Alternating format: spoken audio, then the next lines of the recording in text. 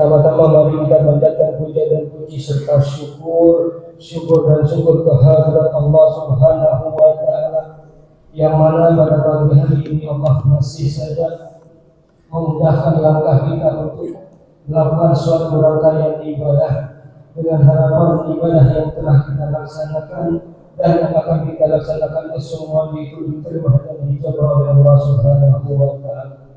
Salawat dan salam mari sama-sama kita sampaikan kepada junjungan kita Nabi besar Muhammad sallallahu alaihi wasallam, kepada para keluarga dan sahabatnya, dengan harapan kita mendapat syafaatnya di yaumil qiyamah nanti. Amin amin ya rabbal alamin. Sama-sama kita hormati para asatidzah, para alim ulama, para sepuh, para bapak, para ibu, hadirin wal hadirat. Sebelum kajian yang akan dibawakan oleh guru kita Ustaz Muhammad Iman, mari kita baca Quran surat Al-Fatihah. Yang pertama kita lihatkan untuk sangat kami keluarga kita yang sedang sakit. Mudah-mudahan Allah sembuhkan dari segala penyakitnya dan setelah sembuh bisa beribadah kepada Allah. Dan yang kedua, kita doakan sebagian anak-anak kita sedang menghadapi ujian. Mudah-mudahan Allah berikan kemudahan dalam menjawabnya dan bisa meningkatkan atau meningkat jenjang yang lebih tinggi atau berikutnya. Dan yang ketiga, kita kirimkan Fatihah untuk sanak famili keluarga kita yang telah meninggal dunia.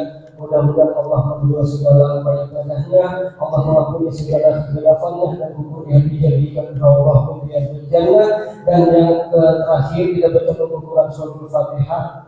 Sebagian besar jamaah Indonesia telah diberangkatkan oleh pemerintah sebanyak 41.000 orang. Mudah-mudahan kita baca Fatihah, semoga nanti dari pergi hingga pulang diberikan keselamatan, diberikan kemudahan dalam melakukan rutin ibadah kepada Allah Subhanahu wa Ta'ala. Dan kita yang belum dipanggil oleh Allah, mudah-mudahan tahun berikutnya atau tahun depannya bisa dipanggil menuju Baitullah. Kita berziarah ke makam Rasulullah SAW, dan yang telah berangkat bisa dimudahkan dalam melakukan ibadah umrah. Salah satunya kita hadir pada pagi hari ini di Majlis Taklim Ahad pagi ini. Al-Fatihah. Bismillahirrahmanirrahim.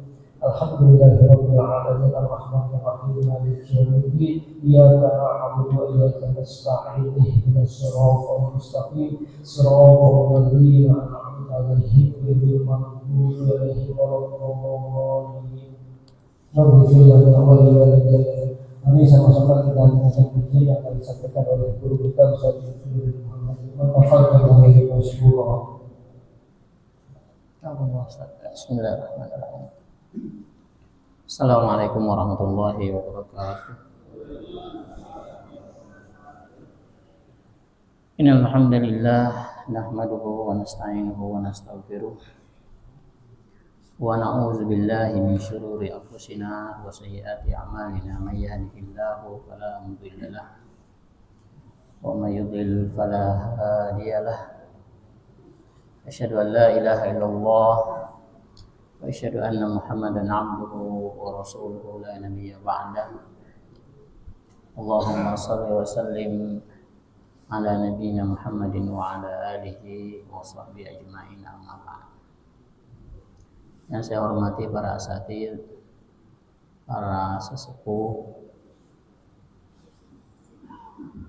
Pak RW, Pak RT, bapak-bapak, ibu-ibu yang dirahmati Allah Subhanahu wa Ta'ala. Alhamdulillah, pada kesempatan subuh ini kita masih dihidupkan oleh Allah Subhanahu wa Ta'ala,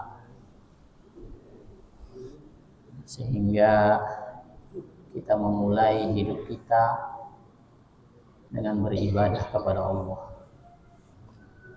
Sesuatu yang luar biasa, nikmat yang Allah berikan, keindahan, kenikmatan untuk melaksanakan ibadah kepada Allah Subhanahu wa Ta'ala. Salawat bersalam semoga Allah Subhanahu wa Ta'ala senantiasa curahkan kepada suri tauladan kita Rasulullah sallallahu alaihi wasallam. keluarga, para sahabatnya, serta orang-orang yang senantiasa istiqomah mengikuti sunnah-sunnahnya hingga akhir zaman kelak. Bapak-bapak, ibu-ibu yang dirahmati Allah Subhanahu wa taala. Pelajaran kita hari ini adalah terkait dengan tauhidullah, ya, mentauhidkan Allah Subhanahu wa taala. Sebagaimana kita sudah bahas pada pertemuan yang lalu bahwa tauhid itu adalah merupakan fondasi daripada keislaman kita. Fondasi itu harus kokoh, harus kuat, tidak boleh goyang meskipun badai longsor menerpa di sekelilingnya. Kenapa? Karena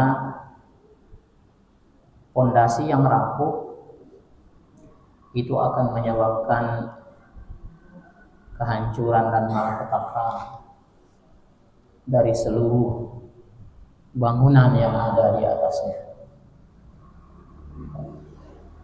Bangunan Islam yang kita bangun, ya kita kumpulkan, pahala yang kita kumpulkan, sholat, puasa, zakat dan haji, serta amal-amal soleh yang lain, akan hancur lebur, tidak ada gunanya, seperti debu yang berterbangan ketika diterpa oleh badai. Apabila orang tersebut tidak memiliki fondasi tauhid yang kuat. Oleh karena itu, kewajiban sebagai seorang mukmin itu adalah senantiasa memperbaharui tauhidnya, senantiasa meningkatkan keimanan kepada Allah Subhanahu wa ta'ala. Karena berbicara tentang tauhid itu adalah berbicara tentang keimanan, keyakinan yang mendalam, keimanan yang kuat sebagaimana fondasi yang tertanam dengan kuat. Keimanan yang kuat, tauhid yang kuat, dia akan mampu menghadapi badai apapun, kesulitan apapun, persoalan-persoalan apapun yang dialami, yang dialami oleh dirinya.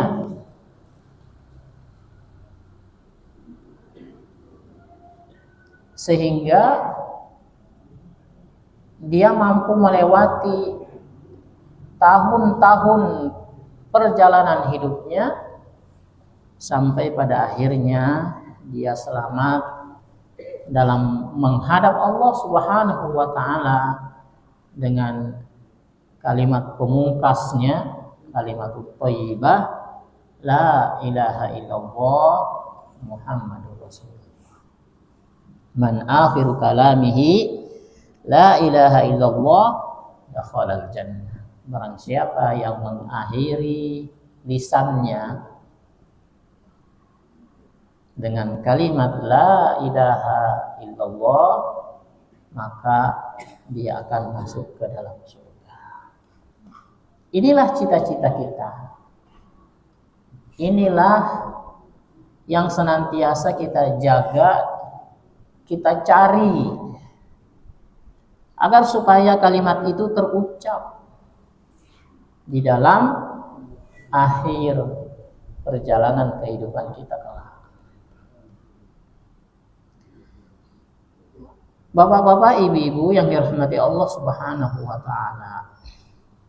Allah Subhanahu wa taala menciptakan kita sudah diberi modal, sudah diberi bekal. Apa bekalnya? Bekal tauhid. Bahkan bekal tauhid itu sudah ada di dalam hati kita secara fitrah.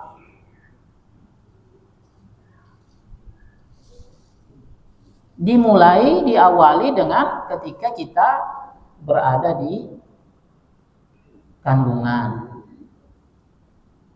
Ketika Allah Subhanahu wa taala meniupkan ruh ke dalam diri kita ketika kita masih berusia 4 bulan di dalam kandungan, bukan 4 bulan di luar kandungan, 4 bulan di dalam kandungan. Kita sudah bertauhid kepada Allah Subhanahu wa taala. Semuanya. Tanpa kecuali apakah kita terlahir dari rahim seorang musyrik, seorang Nasrani, Yahudi, atau kita berada di dalam rahim seorang mukminah, muslimah, itu tanpa kecuali. Semuanya kita itu sudah mentauhidkan Allah Subhanahu wa taala. Persoalannya menjadi berbeda ya ketika kita terlahir didekati oleh syaitan, bergaul dengan pergaulan yang salah sehingga tauhid itu menjadi hilang. Apa buktinya? Buktinya adalah Allah Subhanahu wa taala berfirman di dalam surat Al-A'raf ayat 172. A'udzu billahi minasyaitonir rajim.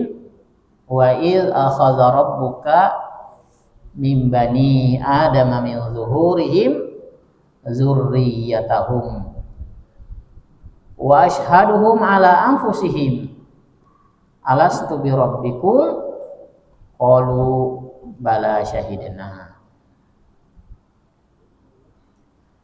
Dan ingatlah ketika Rabbmu mengeluarkan keturunan anak Adam dari sulbi mereka dan Allah mengambil kesaksian terhadap jiwa mereka dan Allah bertanya, bukankah hai jiwa yang ada dalam perut, bukanlah aku ini Tuhanmu? Alastu bi rabbikum, bukanlah aku ini adalah Rabbmu? Maka semua kita tanpa kecuali menjawab, betul, engkau adalah Rabbku, engkau adalah Tuhan, dan kami menjadi saksi atas itu. Nah, inilah yang disebut sebagai kefitrahan, fitrah.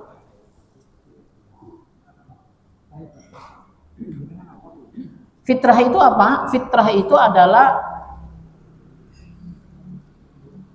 potensi keimanan yang ada di setiap orang tanpa kecuali ya. Apakah dia muslim atau bukan muslim, ada nilai-nilai kefitrahan di situ. Ada potensi keimanan kepada Allah Subhanahu wa taala. Kenapa setiap orang itu memiliki potensi keimanan? Karena dia sudah berjanji, sudah bersaksi kepada Allah Subhanahu wa taala ketika dia berada di dalam rahim, meskipun dia tidak ingat. Kita kan tidak ingat itu. Jangankan dalam rahim, kita masih kecil aja kita tidak ingat. Tetapi kefitrahan itu ada, dibawa terus. Sehingga kata Ibnu Qayyim al-Jauziyah bahwa sekiranya ada orang yang terlahir lalu kemudian dia tidak diojok-ojok, istilahnya itu dipengaruhi untuk tidak menyembah Allah, untuk tidak musyrik terhadap Allah Subhanahu wa taala. Tukang ojok-ojoknya itu adalah syaitan, lingkungan. Maka pasti dia secara otomatis dia menyembah Allah Subhanahu wa taala. Secara otomatis. Jadi penyimpangan yang banyak kita lakukan, apakah itu penyimpangan kemusyrikan atau penyimpangan total? Musyrik itu kan artinya menyembah Allah Subhanahu wa taala sebagian, lalu kemudian juga dia loyal atau menyembah Tuhan yang lain sebagian. Atau secara total menyembah yang lain secara total, menafikan, menghilangkan Allah Subhanahu wa taala sebagai sang pencipta dalam kehidupannya. Maka ketika tidak ada yang mempengaruhi itu, maka kata Ibnu Qayyim itu pasti orang itu langsung secara otomatis menyembah Allah Subhanahu wa taala. Tinggal masalahnya adalah dia akan mencari bagaimana teknis mempraktekkan sebuah bentuk penyembahan. Bagaimana caranya sholat, bagaimana caranya berpuasa, bagaimana cara melaksanakan ibadah. Dia akan mencari itu. Karena itulah yang Rasulullah Shallallahu Alaihi Wasallam mengatakan, ma min mauludin illa yuladu alal fitrah. Setiap anak yang terlahir itu dia terlahir dalam keadaan fitrah, muslim. Fitrah itu muslim.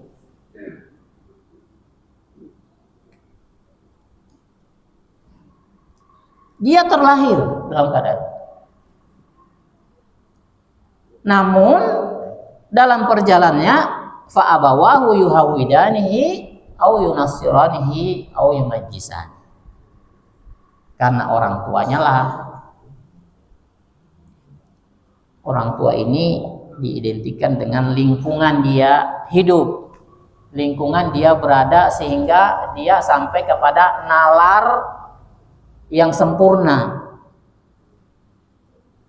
yang mempengaruhinya, yang mencekokinya, sehingga dia menjadi Yahudi, menjadi Nasrani, menjadi Majusi, menjadi musyrik, yang lain-lain dan seterusnya.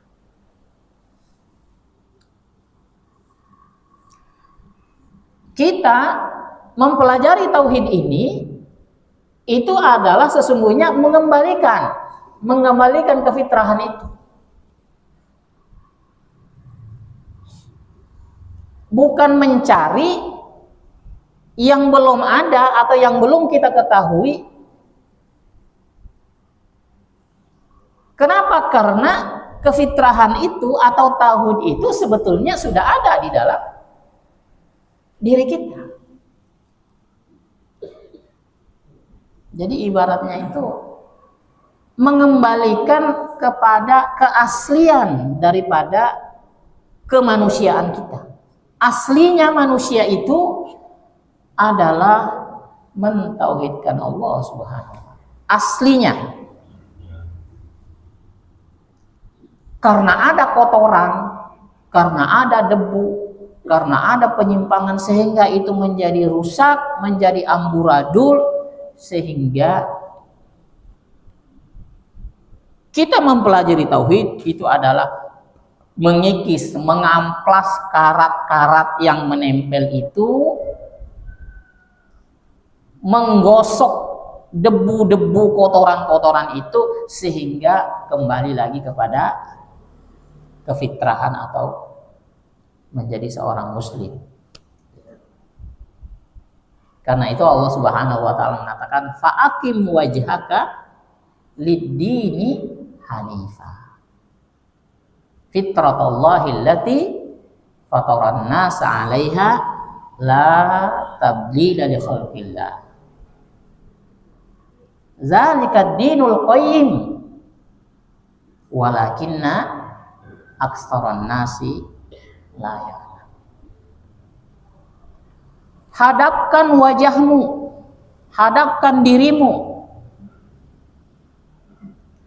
kepada sebuah din, kepada sebuah agama yang hanif,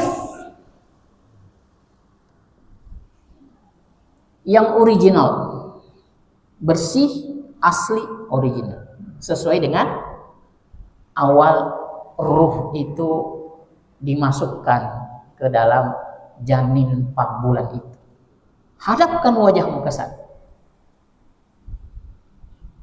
Fitratallahi allati fataran nasa 'alaiha. Allah Subhanahu wa taala menciptakan manusia itu sesuai dengan fitrahnya dan dia akan terus menjalani kefitrahan itu. Dia akan terus menjalani keaslian atau originalitas penciptaannya sejak dia itu terlahir pertama kali ke muka bumi. La tabdila li khalqillah, enggak ada yang berubah terhadap ciptaan Allah Subhanahu wa taala. Dari tahun ke tahun, dari masa ke masa, dari sejak dia ditiupkan ruh di dalam tubuhnya, di dalam sebagai janin, kemudian terlahir ke muka bumi, kemudian tumbuh menjadi dewasa, kemudian dia menikah, kemudian dia wafat. Tidak ada yang berubah dari dulu sampai dengan sekarang.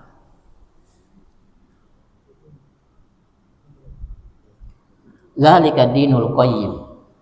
Orang yang mengikuti kefitrahannya itu, originalitasnya itu, itulah dinul qayyim, agama yang lurus, yaitu agama Islam. Walakinna aktsaran nasi la ya'lamun, akan tetapi aktsaran nas, sebahagian besar dari manusia, la ya'lamun, tidak mengetahui. Berarti di sini Allah Subhanahu wa taala menjelaskan bahwa sebahagian besar dari umat manusia ini sudah menyimpang dari kefitrahannya. Dia sudah meninggalkan kefitrahannya. Dia sudah meninggalkan originalitasnya sebagai Abdullah, sebagai hamba Allah Subhanahu wa taala yang diakuinya. Karena apa? Karena perjalanan kehidupan, karena lingkungan, karena orang tua, karena pergaulan, dan karena yang lain-lain. Bapak-bapak, ibu-ibu yang dirahmati Allah Subhanahu wa taala. Nah, karena itu kita mencoba untuk merenungkan kembali tentang bagaimana Allah Subhanahu wa taala, karena kita tadi kembali kepada bahwa asal muasal kejadian kita ini, sebelum kita muncul di muka bumi, sebelum kita menghirup udara dunia, kita kan sudah mengenal Allah, ya. Kan tadi pertanyaannya begitu, alastu bi rabbikum, bukanlah aku ini sebagai Rabb, Tuhan? Qalu bala syahid. benar saya bersaksi. Nah, ini kita bicara bersaksi. Jadi bahasanya kan Al-Qur'an, alastu bi rabbikum qalu bala syahidna. Wahai janin, bukanlah aku ini Tuhanmu? Janin itu menjawab, karena udah dikasih ruh ya, jawab bala syahidna. Biasanya janin umur segitu itu nendang-nendang ya, nonjok-nonjok gitu. Itu artinya ruhnya udah masuk itu. Ibu-ibu yang pengalaman hamil ya, anaknya umur 4 bulan itu udah mulai gerak-gerak. Kapan itu gerak-gerak mulainya? Ya kita nggak tahu itu jam berapa, tanggal berapa mulainya ruh itu masuk. Dan ketika ruh masuk, maka secara otomatis janin itu bersyahadat. Qalu bala syahidna. Betul, saya bersaksi, bersyahadat. Syahid, menyaksikan, bersaksi.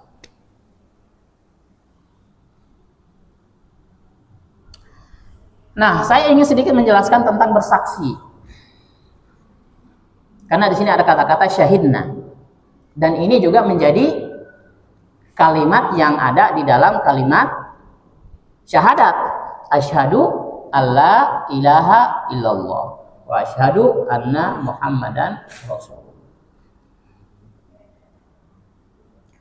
Agar supaya kita jangan memahami bahwa qalu bala syahidna, benar saya bersaksi, itu kita mengartikan saksi seperti pengertian yang kita pahami hari ini. Bersaksi yang kita pahami itu adalah yang menyaksikan ada perkawinan, kemudian ada 2 orang saksi. Ada jual beli tanah, jual beli rumah, ada di situ 2 orang saksi atau 3 orang saksi. Ada orang yang bersengketa di pengadilan, maka ada saksi. Bukan itu yang dimaksud qalu bala syahidna, bukan itu. Dan bukan itu juga yang dimaksud di dalam kalimat asyhadu alla ilaha illallah, saya bersaksi bahwa tidak ada Tuhan yang diibadahi kecuali Allah, bukan. Bersaksi di sini qalu bala syahidna, saya bersaksi, itu maknanya 3. Makna yang pertama adalah al-iqraru. Ikrar. Bentuk apa? Ungkapan di lisan yang itu berisi komitmen. Ikrar itu kan ada ikrar sumpah pemuda ya. Yaitu adalah sebuah bentuk i'lan atau bentuk ucapan yang ucapannya itu adalah bukanlah ucapan sembarangan, tapi penuh dengan komitmen. Komitmen apa? Komitmen untuk menjalankan, menerima segala konsekuensi yang dia persaksikan.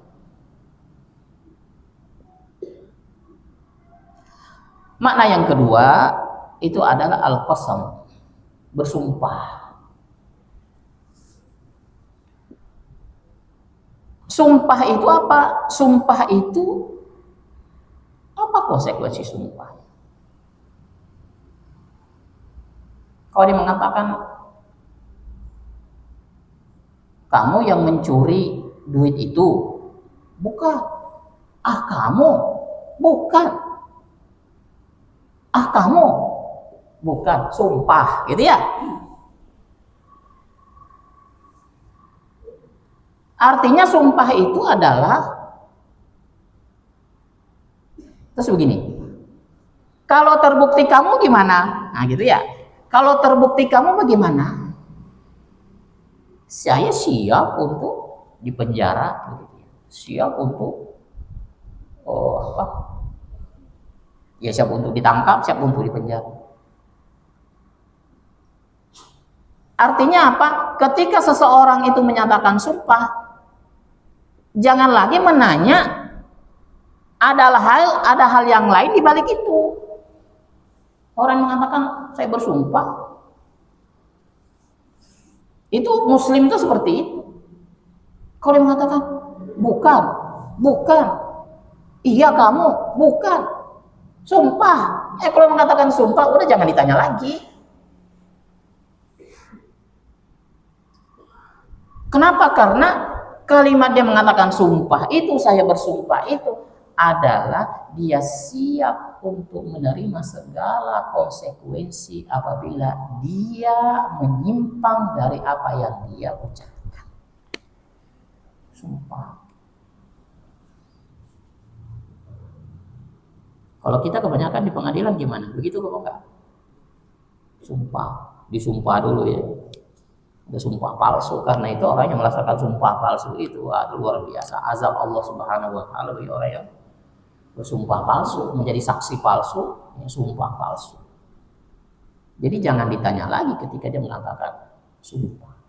Apalagi mengatakan wallah, demi Allah. Dan jangan dilebihin lagi, demi Allah, demi Rasulullah, itu nggak salah lagi kalau mengatakan demi Rasulullah. Wallah, demi Allah. Jadi jangan ada embel-embel. Kan ada suka kita begitu. Demi Allah, demi Rasulullah, bukan saya yang mencuri itu. Ya salah itu. Sumpah itu hanya satu, hanya kepada Allah. Wallahi, demi Allah. Jangan ditambahin demi Rasulullah. Niatnya mungkin kurang mantap kali. Kalau saya bilang demi Allah masih belum percaya, gua tambahin aja demi Rasulullah, jadi salah. Ya Pak ya, Bu, jangan demi Allah demi Rasulullah ya, demi Allah saja cukup. Nah, kalau Allah Subhanahu wa taala bersumpah, boleh banyak. Wasyamsi wadhuhaha wal qamari idza talaha wan nahari idza jallaha wal laili idza ghasya. Sumpah. Itu adalah hak Allah. Kenapa? Karena Allah Subhanahu wa taala itu bersumpah atas nama yang Dia ciptakan, makhluk, lalu kemudian makhluk adalah bersumpah kepada penciptanya. Pencipta kita satu apa dua? Kalau orang itu mengatakan saya bersumpah demi Allah dan demi Rasulullah, berarti dia penciptanya dua dong, Allah dan Rasulullah ya. Jadi Allah Subhanahu wa taala bersumpah terhadap makhluknya banyak, yang Dia ciptakan banyak. Karena itu sumpah Allah Subhanahu wa taala itu menjadi banyak yang disebut. Wadduha wal laili idza saja ma wadda'a rabbuka wa ma qala wal asri innal insana lafi khusr, dan seterusnya. Wal fajri wal layalin ashr wasyaf'i wal watr, kan sumpahnya banyak. Kenapa? Karena Allah Subhanahu wa taala menciptakan semua makhluknya, sehingga Allah bersumpah terhadap makhluk-makhluknya. Kita bersumpah hanya kepada satu saja, Allah Subhanahu wa taala. Jangan bersumpah kepada Rasulullah, karena Rasulullah bukan pencipta. Ini tauhid loh ya. Jadi bisa menyimpang pemahaman tauhid kita kalau kita keliru di dalam memahami tentang sumpah.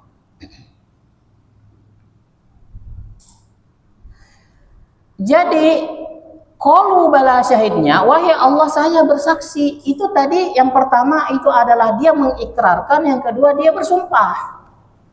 Udah mantap benar itu. Ada lagi yang terakhir, yang disebut dengan al-mitsaq, perjanjian. Al-mitsaqan ghaliz, perjanjian yang sakral. Sama dengan orang menikah itu disebut dengan mitsaqan ghaliz, perjanjian yang sakral.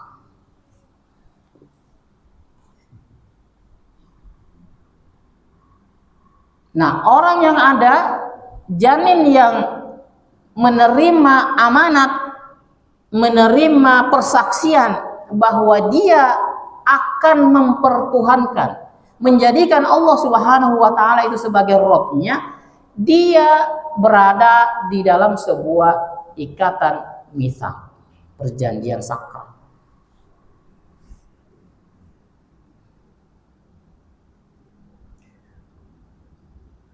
Perjanjian itu ya apa? Dia akan konsekuen menerima seluruh perintah-perintah.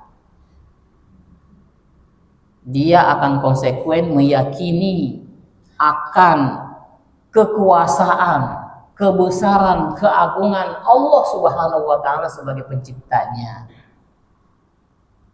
Sehingga bapak-bapak, ibu-ibu nanti Allah Subhanahu wa taala, anak yang terlahir itu disebut sebagai fitrah, itu sebetulnya dia sudah terikat dalam sebuah persaksian. Bedakan ya.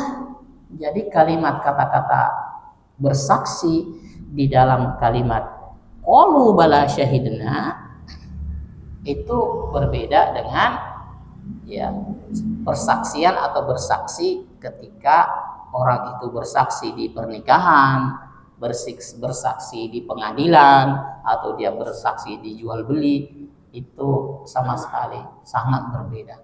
Bahasa Indonesianya saja yang sama, tetapi makna yang dimaksud di situ itu adalah berbeda.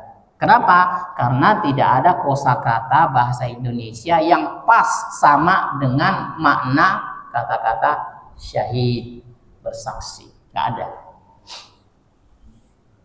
Sehingga dipas-paskan maknanya menjadi bersaksi, tetapi kita harus memahami bahwa makna bersaksi di situ, saya bersaksi, itu adalah hal yang sangat jauh berbeda.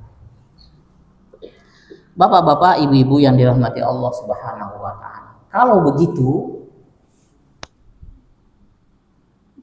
kira-kira bagaimana? Ini harus diingat. Kalau kita sudah bersaksi, sudah terikat leher kita oleh Allah Subhanahu wa taala, apa yang harus kita lakukan? Bagaimana? Kemarin Jumatan dengar nggak khutbah Jumat Ustadz yang di atas itu? Ustadz siapa namanya? Ketika dia menjelaskan, Ibrahim bin Adham, seorang ulama tabi'in, didatangi tukang maksiat. Wahai Syekh, saya tukang maksiat. Ajarin saya dong, gimana caranya supaya saya tidak bermaksiat. Kata Ibrahim bin Adham, boleh, siapa bilang? Siapa bilang kamu nggak boleh maksiat? Boleh, silakan bermaksiat. Asal ada syaratnya. Apa sih syaratnya? Yang pertama, jangan kamu makan, jangan kamu minum, yang makanan itu, yang minuman itu bukan bikinan, ciptaan dari Allah Subhanahu wa taala.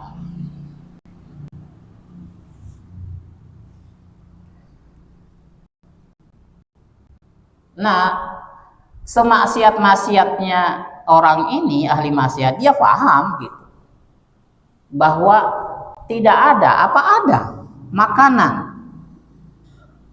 minuman yang kita minum, yang kita makan itu bukan berasal dari ciptaan Allah Subhanahu wa taala. Apa ada? Ini apa? Roti. Ciptaan siapa roti? Tukang roti. Tapi sebelum menjadi tepung, sebelum menjadi roti, dia tepung dulu. Tepung dari mana? Dari gandum. Siapa yang menciptakan gandum menjadi tepung? Orang ya. Tukang giling gandum. Lalu kemudian butiran gandum dari mana? Dari kebun gandum. Siapa yang menciptakan petani gandum? Bukan, petani gandum itu cuma naruh benihnya di tanah. Kemudian dia tinggal dikasih pupuk, disiram. Emang bisa tumbuh sendirian? Tumbuh kemudian berbuah kan? Semuanya adalah Allah Subhanahu wa Ta'ala. Ini apa? Ini teh. Teh dari mana? Ya dari daun teh. Daun teh dari mana? Dari kebun teh. Siapa yang menciptakan kebun teh? Ya petani apa? Petani cuma nanam bibit teh aja. Tetapi yang menjadikan teh itu menjadi tumbuh sehingga dia bisa dipetik, Allah Subhanahu wa Ta'ala. Coba cari semua. Apalagi gula. Gula dari mana? Gula dari tebu. Tebu yang digiling oleh manusia, lalu kemudian ditanam oleh petani, bibit gula ditaruh di tanah, lalu kemudian Allah Subhanahu wa Ta'ala menumbuhkan. Banyak sekali ayat yang menjelaskan di dalam Al-Quran tentang bagaimana Allah Subhanahu wa Ta'ala menciptakan itu semua. Sekarang kita pikirkan, cari makanan, cari minuman yang murni diciptakan oleh manusia. Tidak ada. Karena itu Ibrahim bin Adham mengatakan, kamu boleh bermaksiat asal kamu bisa menemukan makanan dan minuman di luar daripada Allah Subhanahu wa Ta'ala yang menciptakan. Yang kedua, kamu boleh bermaksiat asalkan kamu pindah tempat. Jangan tinggal di bumi ini, karena bumi ini adalah miliknya Allah Subhanahu wa Ta'ala. Bumi yang mana? Mau ke planet milik Allah Subhanahu wa Ta'ala. Mau nyemplung ke dasar laut itu adalah milik Allah Subhanahu wa Ta'ala. Sehingga sampailah kepada sebuah kesimpulan bahwa tidak mungkin seseorang itu bisa kabur dari kekuasaan Allah Subhanahu wa Ta'ala. Kita diciptakan oleh Allah Subhanahu wa Ta'ala. Kita sudah bersaksi di dalam rahim itu bahwa kita terikat, terjerat leher kita di hadapan Allah Subhanahu wa Ta'ala, sehingga tidak ada pilihan. Oh kali yang orang kafir gitu, orang Nasrani Yahudi, orang Hindu, jangan-jangan rohnya nggak ditanya begitu, enggak. Sehingga dia mau pindah aja ke tempat yang lain gitu. Tidak ada, Pak. Semua, apakah ibunya itu sebagai seorang kafirkah, musyrikkah, Hindu, Buddha, dia rahim yang ada di dalam perutnya itu semuanya bersaksi, semuanya mengatakan bala syahidna. Tidak ada yang tersisa. Kalaupun dia menolak, maka dia tidak terlahir. Dalam riwayat mengatakan bahwa seorang janin yang menolak untuk mengatakan itu, maka tidak diteruskan hidupnya. Dia keguguran menjadi janin prematur, tidak terlahir. Tapi semua orang yang diberi kesempatan oleh Allah Subhanahu wa Ta'ala untuk keluar di muka bumi ini, maka dipastikan bahwa dia sudah bersaksi kepada Allah Subhanahu wa Ta'ala. Barangkali itu saja ya Bapak-bapak Ibu, nanti insyaallah kita sambungkan pada pertemuan yang akan datang. Aku qouli hadza wa astaghfirullahalazim. Wabillahi taufiq hidayah. Assalamualaikum warahmatullahi wabarakatuh. Waalaikumsalam warahmatullahi wabarakatuh.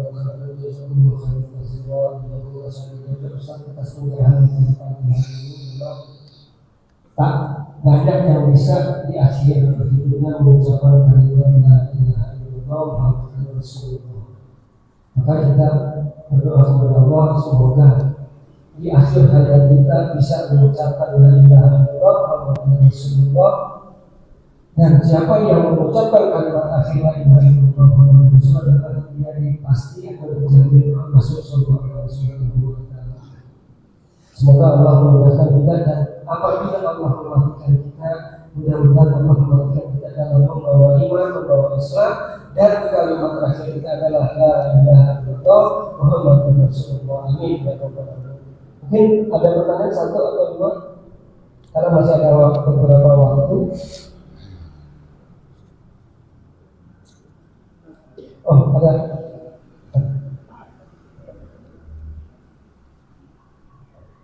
Assalamualaikum warahmatullahi wabarakatuh. Terima kasih Pak Ustaz Lukman. Mohon diberikan sedikit pengetahuan ketika hukum Allah pakai tadi kepada tadi Pak Ustaz menyebutkan sempat menyebutkan hukum pernikahan. Yang saya juga tanyakan adalah sebenarnya hukum waris. Ini kan hukum pernikahan ada di Quran. Sementara banyak manusia yang mencoba, yang kalau kita bilang toleransi atau bagaimana terhadap pernikahan maupun terhadap hukum waris. Kalau kita sebagai seorang muslimah terhadap tauhid, terutama yang ada di Al-Quran, itu bagaimana konsep? Kalau kita sudah mencari alasan, itu saja sih pertanyaannya. Terima kasih. Assalamualaikum warahmatullahi wabarakatuh. Waalaikumsalam warahmatullahi wabarakatuh. Ya, hukum waris, hukum pernikahan ini ranahnya Ustadz kami.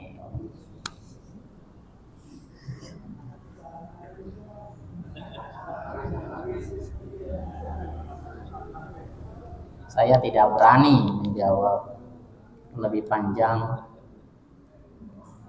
tapi mungkin Pak Embong ingin mengkaitkan dengan tauhid ya. Ya, orang yang bertauhid, memiliki komitmen tauhid, maka dia akan senantiasa menempatkan keputusan itu adalah keputusan yang sesuai dengan yang diperintahkan oleh Allah Subhanahu wa taala. Tidak suka-suka dia. Kenapa? Karena dia sudah terikat lehernya sebagai seorang muslim. Sehingga dia akan bertanya, nah ini sudah masuk kepada ranah aplikasi. Ranah aplikasinya tauhid itu namanya syariat. Syariat pada praktek. Nah, kalau dia sudah masuk kepada tataran aplikasi, maka dia akan menelusuri bagaimana yang disyariatkan. Jadi itu sebetulnya langkah dasarnya itu adalah karena kekuatan tauhidnya gitu. Karena ada kita misalnya orang tua bagi-bagi warisan, dibagi-bagi aja gitu, disamain laki perempuan sama, pokoknya bagi rata dah, bagi rata. Udah kontrakan ini kamu, udah selesai gitu. Ya, bagi banyak orang di antara kita, udahlah itu warisan dari orang tua.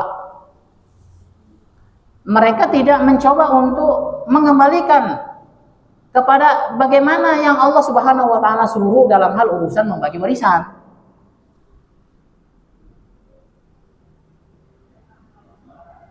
Artinya kalau dia tidak mengembalikan itu kepada haknya Allah Subhanahu wa taala, bagaimana tata cara membagi warisan, yang laki-laki dapat berapa, yang perempuan dapat berapa, itu artinya dia mengabaikan syariat. Kalau dia mengabaikan syariat, berarti dia tauhidnya lemah. Karena orang yang memiliki tauhid yang kuat itu, dia selalu setiap tindakannya, setiap cara berpikirnya dan berperilakunya semuanya kembali kepada bagaimana yang Allah tetapkan, kayak gimana kita ikuti. Allah ngaturnya gimana kita ikut. Sehingga dia meluruskan agar supaya dia kembali kepada syariat. Yang perempuan dapat 1, kemudian yang laki-laki dapat 2 kalinya dari yang perempuan. Wah, ini gak adil dong gitu. Yang perempuan mendingan juga yang tadi, kamu nggak taat sih sama orang tua udah gini kamu malah protes. Nah, urusan ketaatan itu adalah nomor 1, baru kepada Rasulullah, baru kepada orang tua. Jadi urutan ketaatan, kul in kana aba'ukum wa abna'ukum wa azwajukum wa ashiratukum wa amwalun iqtaraftumuha wa tijaratan tardawna kasadaha wa masakin tardawnaha ahabba ilaikum minallahi wa rasulih wa jihadin fi sabili fatarabbasu hatta ya'tiyallahu bi'amri. Apabila bapak-bapak kamu, anak-anak kamu, istri-istri kamu, kemudian perniagaan kamu dan seluruhnya lebih kamu dahulukan dibandingkan dengan Allah, Rasulnya dan perjuangan di jalan Allah, fatarabbasu hatta ya'tiyallahu bi'amri. Tunggu sampai Allah menurunkan keputusan buat kamu. Apa keputusan itu? Azab. Jadi urutan ketaatan itu adalah pertama kepada Allah Subhanahu wa ta'ala. Jadi gugur itu keputusan orang tua, gugur demi peraturan yang di atasnya. Jadi di mana-mana begitu. Undang-undang, peraturan pemerintah, peraturan menteri gitu ya. Ini baru peraturan menteri nih. Ada itu di atasnya undang-undangnya, keputusan di DPR gitu. Nah, itu lebih kuat. Nah, itu yang dipakai. Ketika keputusan orang tua itu bertentangan dengan keputusan Allah Subhanahu wa taala, maka keputusan Allah Subhanahu wa taala lebih dahulu. Insya Allah akan lebih baik, akan lebih maksud. Meskipun ya belum diketahui apa sebetulnya maksud daripada keputusan Allah Subhanahu wa taala. Pernikahan juga seperti itu. Bahwa orang yang memiliki tauhid yang kuat itu senantiasa akan bertanya, bagaimana syariat Islam? Bagaimana Islam ini mengatur? Jangan seradak seruduk. Coba gimana? Tanya dulu Pak Ustaz. Gimana Islam mengatur? Jadi dia langkah-langkah yang dia lakukan itu dia selalu pada koridor. Ini Allah maunya bagaimana? Jalan lagi. Wah, nih gimana ya? Coba tanya lagi. Bagaimana Allah maunya? Ikuti. Wah, itu kalau seperti itu Pak Emo, Masya Allah. Wallahu a'lam bishawab. Nah, kalau masalah teknis, kaifiat dan segala macam, ya Ustaz kami.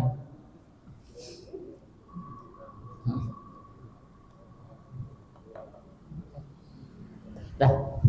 Itu Bang ya, mungkin nanti dia dilanjutkan dengan diskusi. Ya, hadirin dengan akhir kepada kita di sini dan harapan mudah-mudahan hadirnya kita pada bagian ini Allah akan mencatat sebagai itu di kebajikan buat kita semua. Amin ya rabbal alamin. Oleh karena itu mari kita bacakan alhamdulillah dan doa kepada Tuhan. Alhamdulillahirabbil alamin. Subhanakallahumma wa bihamdika asyhadu an la ilaha illa anta astaghfiruka wa atubu ilaik. Subhana rabbika rabbil izzati amma yasifun. Wassalamu ala mursalin. Alhamdulillahirabbil alamin. Wassalamualaikum warahmatullahi wabarakatuh.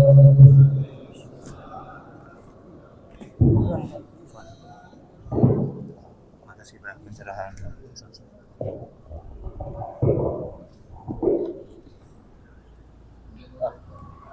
Ya Pak Ji. Sehat. Alhamdulillah Pak Ji sehat. Reinkarnasi.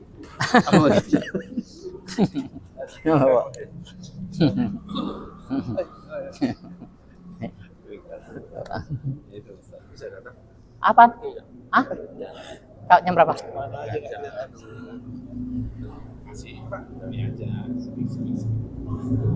Gak bisa. Gimana ya guys? Merasa paling berat satu ya Pak ya? Apa itu? Satu ya. Sumpah jabatan ya. Sumpah pocong itu. Pada atau yang Al-Quran lagi. Iya. Yang jadi masalah itu orang yang sudah mengerti, wah tapi tidak menjalankan sumpah itu yang berat. Iya. Paham dia ya.